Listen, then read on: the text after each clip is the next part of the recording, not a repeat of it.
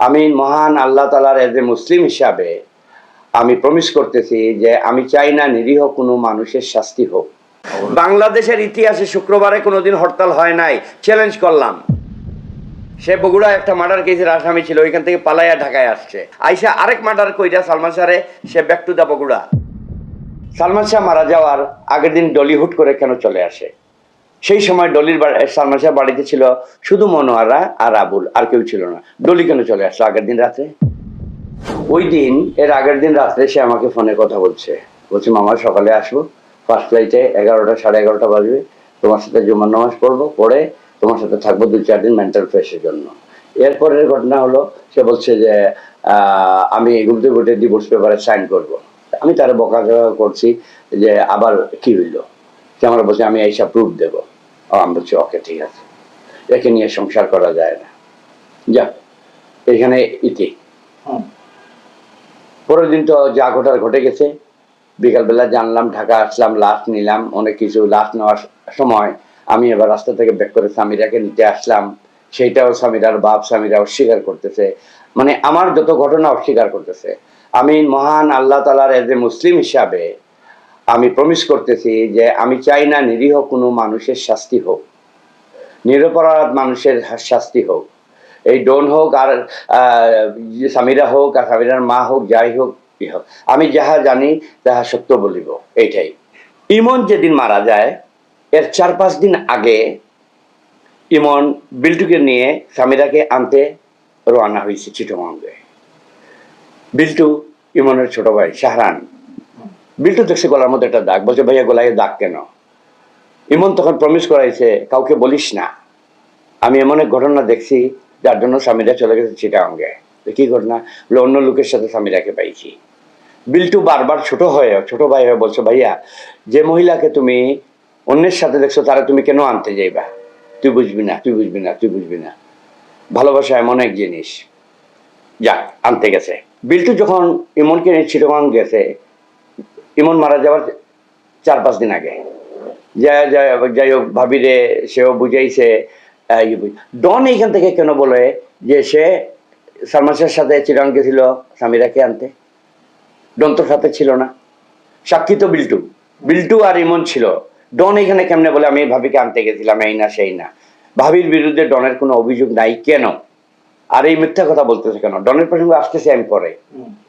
আচ্ছা, যাই হোক, বিল্টু যে উঠছে চিটাগং ক্লাবে, বিল্টুর নামে রুম বুকিং এখনো আছে, আপনারা দেখতে পারবেন, সেই সময় রুম বুকিং এখনো লিস্টে আছে। সামিরা ওইখানে 2বার গেছে, যে বিল্টুর সাথে দেখাও করছে, করে একসাথে সামিরা বিল্টু ইমন একসাথে আসছে। ওই সময় সামিরার বাড়িতে ডলিকে দেখছে বিল্টু। ডলি ছিল সালমান শাহর বাড়িতে কাজের মহিলা। ডলি ওইখানে সালমান শাহর শ্বশুর বাড়িতে কি করে? সালমান শাহ মারা যাওয়ার আগের দিন ডলি হুট করে কেন চলে আসে? সেই সময় ডলির সালমান শাহ বাড়িতে ছিল শুধু মনোয়ারা আর আবুল, আর কেউ ছিল না। ডলি কেন চলে আসলো আগের দিন রাতে? বিষয়টা মনোয়ারা আবুলকে কভার দেওয়ার জন্য, ঠিক বলছি কিনা? সে কেন হঠাৎ করে চলে আসলো? আচ্ছা, সালমান শাহকে হাসপাতালে নেওয়ার পরে হঠাৎ বিল্টুর মনে হইলো ভাবিকে নিয়ে আসি। বিল্টু তার বন্ধু, নাম উল্লেখ করছি না, তাকে নিয়ে দৌড়ে আসছে স্কার্টন প্লাজায়। আসার পরে সামিরাকে পাইছে, ঘরে গুছগাছ করতেছে। সামিরা তখন কিচ্ছু বলার আগে দৌড়ে এইসব বিল্টুর পায়ে ধরছে, ভাইয়া ভাইয়া আমারে মাফ করে দে, আমারে মাফ করে দে। তোমাকে কেন মাফ করবো, আমার ভাইয়ের কি হয়েছে এটা বলো। যখন জোরে শাউট করছে, সামিরা দরজা দিয়ে দৌড় দিছে। বুঝতে পারছেন ব্যাপারটা? মামা বুঝতে পারছো? দৌড় দিছে। দেওয়ার পরে বিল্টু তার বন্ধুরে বলছে ধর ধর ধর ধর, উনি চলে গেছে দৌড়াইয়া। ঠিক আছে, বিল্টু নিজের হাতে ঘর তালা দিছে।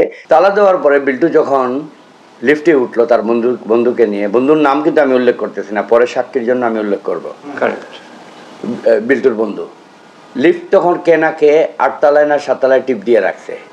অটোমেটিক দরজা খুলে যাওয়ার পরে বিল্টু দেখতে পাইছে যে সামিরা 4 জন জোয়ান পুরুষ সহ দাঁড়ায় দিছে, ধরে রে। বিল্টুর সাথে সাথে টিপ দিয়ে দরজা লক করে দিছে, নেমে গেছে নিচে নামার পরে দারোয়ান দিলওয়ার সহ আরো 3-4 জন দারোয়ান তারা আটকাইছে যাতে না যাইতে পারে। বুঝতে পারছো? হ্যাঁ, কি কারণ, উপরে কি জবাব দিয়ে আসছো এটার উত্তর দিয়ে যাইতে হবে, ঠিক সেই মুহূর্তে আরো 2 জন দারোয়ান আইসা বলছে আটকায় তর্ক বিতর্কের মুহূর্তে বলছে ভাইয়া আপনি যান তো এখান থেকে, দ্রুত যান। বিল্টু চলে আসছে আবার হাসপাতালে, বুঝছেন। তো এইসব বিল্টু পোস্টমর্টমের আগে সামিরাকে আনতে গেছে।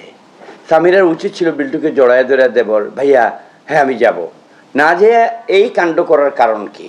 আমার একটা কোয়েশ্চন, সালমান শাহ মারা যাওয়ার পরে একজন তাকে কিছু জনের জন্য বিয়ে করছে, নামটা আমার মনে নাই, রনি নাকি নাম জানি, এরপরে বিয়ে করলো মুস্তাক ওয়াইজ।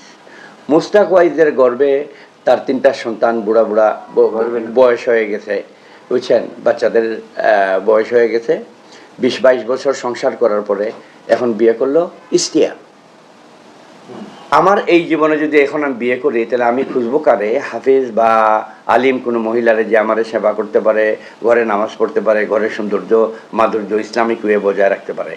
এই বৃদ্ধ বয়সে এই ইস্তিয়াক সাহেব কেন সামিরাকে আবার বিয়ে করলো? এইখানে ডালমে কুচ কালা হয় আমার কাছে মনে হচ্ছে। এইটার সুষ্ঠু তদন্ত করা দরকার। কি এমন কারণ ছিল যে 3 বাচ্চাকে রাইখা সামিরাকে ইস্তিয়াক বিয়ে করার? আমার তো এখন সন্দেহ হচ্ছে তার দিকেও maybe there is she need a protection for that reason. Who is Istiaq, what he do, everything belongs to understanding. আরেকটা প্রশ্ন, ডলি কেন আগের দিন, সালমান শাহ মারা যাওয়ার আগের দিন অমর ছিল সালমান শাহর বাড়িতে, ডলি ছিল সামিরার বাড়িতে চট্টগ্রামে, আগের দিন কেন আসলো সালমান শাহর বাড়িতে? আইসা সালমান শাহ যেদিন মারা যায় সেদিন রাতে ডলি ছিল, মনোয়ারা ছিল। মনোয়ারাকে আবুলকে প্রোটেকশন দেওয়ার জন্য, মিনিমাইজ করার জন্য আসছিল কিনা বুঝতে পারছেন? আমি জানি না, আমি স্বল্প শিক্ষিত মানুষ, আমার অভিজ্ঞতা আমি কাজে লাগাচ্ছি। হুট করে ডলি আসলে কোনো, সে মারা যাওয়ার আগের দিন আইসা মনোয়ারা আবুল এদের সাথে ইয়ে করলো, কিচ্ছু না, নাথিং। এই সালমান শাহর মার্ডার কেসটা পিবিআইয়ের কাছে ডলি যে স্টেটমেন্ট দিছে, মনোয়ারা স্টেটমেন্ট দিছে, আবুল স্টেটমেন্ট দিছে, দিলওয়ার স্টেটমেন্ট দিছে, যারা যারা স্টেটমেন্ট দিছে সেইটা আপনি দেশবাসী পড়ুক, জানুক, এবং 161 ম্যাজিস্ট্রেটের কাছে এরা আবার যে স্টেটমেন্ট দিছে পড়ুক, জানুক, দেখবেন 2টা 2 ধারা। কেউ বলতেছে সকাল 6টার সময় সালমান শাহরে উঠতে দেখছে দিলওয়ার, আবুল বলতেছে, আবার আরেকজন বলতেছে 9টায় উঠছে, আরেকজন বলছে 8টায় উঠছে। হ্যাঁ, অথচ সেই জায়গায় সালমান শাহর বাবা 9:30 থেকে 10টার মধ্যে সালমান শাহর বাড়িতে ছিল, চাও খাইছে, সামিরা 50,000 টাকাও দিছে, বলছে ও দিয়ে ঘুমাইছে, বলছে আব্বাসে দিয়ে দিও। আবার ওইদিকে রিজভি বলতেছে সে ভোর রাইতে আইসা সে বাসে নামছে ঢাকায়। একটা আমরা চাই না আমাদের পরিবার, সালমান শাহর মা সহ আমি, সালমান শাহ ভক্তরা নিরপরাধ কোনো মানুষের সাজা হোক। এটা সুন্দর একটা মামলা। ওই দিন রাত্রে বাড়িতে কারা ছিল? সামিরা ছিল, ডলি ছিল, মনোয়ারা ছিল, আবুল ছিল। এই 4 জনই আমার ইম্পর্টেন্ট। বাদ দেন, এদেরকে যদি না পাই, এদেরকে আমি খুঁজবো কেন? ইনি খুঁজবে কেন? পুলিশের কাজ কি? তদন্ত সংস্থার কাজ কি? সামিরা কই? আমি কেন বলবো? আমি কেন জানাবো? উনারা তদন্ত করে বের করবেন। আমি এখন পর্যন্ত যতটুকু পাচ্ছি পুলিশের তরফ থেকে, পুলিশ বলতেছি এইডিও বুঝায়, ডিবিও বুঝায়, এনএসআই বুঝায়, সব পিবিআই বুঝায়, সব ডিপার্টমেন্ট বুঝায়। আমি স্যাটিসফাইড, আমি সন্তুষ্ট। আমি কারোর নাম উল্লেখ করতেছি না, কোনো ডিপার্টমেন্টের নাম উল্লেখ করতেছি না। হ্যাঁ, ওনাদের কাজ করে যাক। যে জিনিস যখন প্রয়োজন আমাকে জিজ্ঞেস করুন, নকিবকে জিজ্ঞেস করুন, আরও আছে 2-4 জন, ওদেরকে জিজ্ঞেস করুন, পেয়ে যাবেন। এটা একটা একদম ইজি মামলা। ডনকে জিজ্ঞেস করেন, সগর্বে বলতেছি, ডন বগুড়ার থেকে কিভাবে, কেন, কি কারণে ঢাকা আসলো, পেয়ে যাবেন। সে বগুড়া একটা মার্ডার কেসের আসামি ছিল, ওইখান থেকে পালাইয়া ঢাকায় আসছে। আইসা সামহাও সে এফডিসিতে ঢুকছে, ঢোকার পরে সালমান শাহের সাথে সম্পর্ক হওয়ার পরে সালমান শাহর আপনজন হয়েছে, হওয়ার পরে সালমান শাহর খুন হওয়ার পরে আবার হি ব্যাক টু বগুড়া। সালমান শাহ যেদিন মারা যায় সে বগুড়ায়। সে তার স্টেটমেন্টে বলছে আমি সালমান শাহর জানাজায় যাই নাই, ওই দিন হরতাল ছিল। বাংলাদেশের ইতিহাসে শুক্রবারে কোনোদিন হরতাল হয় নাই, চ্যালেঞ্জ করলাম। সে কিভাবে বলে? বাদ দেন, ঠিক আছে হরতাল ছিল, আসে নাই, মানলাম। সেকেন্ডবার যখন লাস্ট পোস্টমর্টমের জন্য তোলা হয় সেই সময় আসলো না কেন? সে একবারও কি সালমান শাহর কবরে যায় নাই? সে একবারও কি সালমান শাহর বাড়িতে যে মামার সাথে দেখা করি, তার মায়ের সাথে দেখা করি, কেন যায় নাই? দাল মে কুছ কালা হ্যায়, বুঝছেন?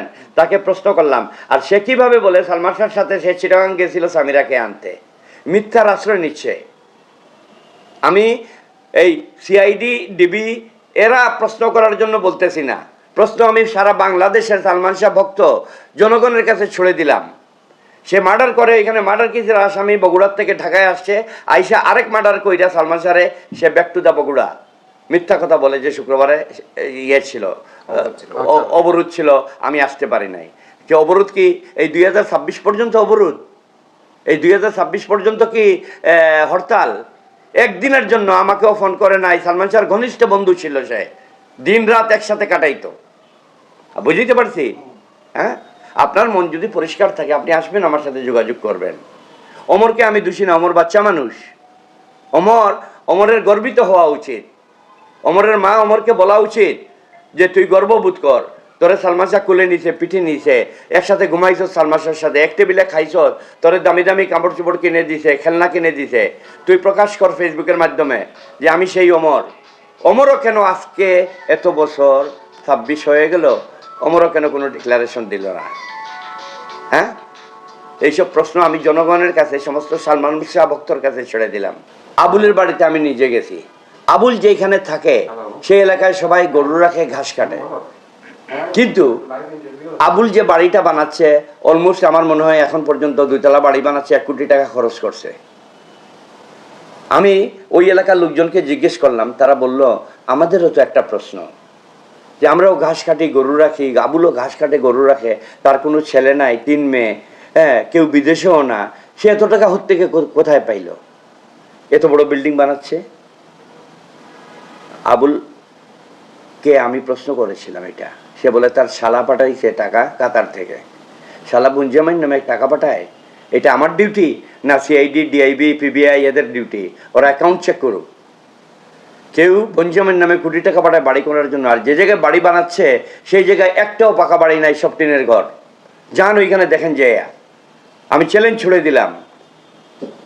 আমি জানি কে কোথায় আছে না আছে, আমি জানি, কিন্তু আমি আমার রাস্তায় এগোচ্ছি।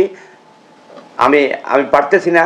আমি সালমান শাহ ভক্তদের সাহায্য চাই, আপনারা জার্নালিস্ট যারা আছেন তাদের সাহায্য চাই, দেশবাসীর জনগণের সাহায্য চাই, আমাকে সাহায্য করেন। মামুন লাইভ করতেছিল, মামুনের ফোনের মধ্যে এই দেখেন মেসেজ দিছে। এই মেসেজটা কি মনে হয়? যে ঘটনা সত্য, তুই বাড়াবাড়ি করিস না। মেসেজের মধ্যে লিখছে শাকিল কিবরিয়া, জীবনটা কঠিন, ফাঁসি চাই। মামুন, নীলা চৌধুরীকে বলো সালমান শাহর মৃত্যু নিয়ে বাড়াবাড়ি না করতে, তা না হলে আমরা যেভাবেই হোক সালমান শাহকে হত্যা করেছি সেইভাবে শাহরানকে হত্যা করব। এই থ্রেটের মানে কি? ঘটনা সত্য, ঠিক আছে? এটা কারা করাচ্ছে? এই মুহূর্তে আমি দেখতে পাচ্ছি যে ফেসবুকের মাধ্যমে আমার বড় বোন সালমান শাহর মা নীলা চৌধুরীকে নিয়ে বিরূপ কিছু মন্তব্য, বিরূপ কিছু স্ট্যাটাস দিচ্ছে। যারা কথা বলতেছে বা বাড়াবাড়ি করতেছে বলবো আমি, তারা কি, সরকার কি তাদেরকে নিয়োগ করছে যে এইটা সালমান শাহ হত্যার রহস্য উদ্ঘাটন করার জন্য? তারা কি প্রাইভেট ইনভেস্টিগেটর? না, বাংলাদেশে এখনো প্রাইভেট ইনভেস্টিগেটর হয় না। I am N American. আমেরিকায় প্রাইভেট ইনভেস্টিগেটর আছে, বুঝছেন? প্রাইভেট ইনভেস্টিগেটর নিয়োগ করা হয়। তা এইখানে এই যে সালমান শাহ ভক্ত ডানে বামে বসা আছেন দুজন, হ্যাঁ, এনারা আমার কোনো আত্মীয় না, আমার রক্তের কোনো সম্পর্ক না, কিন্তু এমনভাবে অতপ্রতভাবে জড়িত ওনারা আমাদের ফ্যামিলি মেম্বার হয়ে গেছেন। ওনারা ইনভেস্টিগেশন করতে চায়, বিশেষ করে এই দুইজন যে বহু কিছু আবিষ্কার করে ফেলছেন।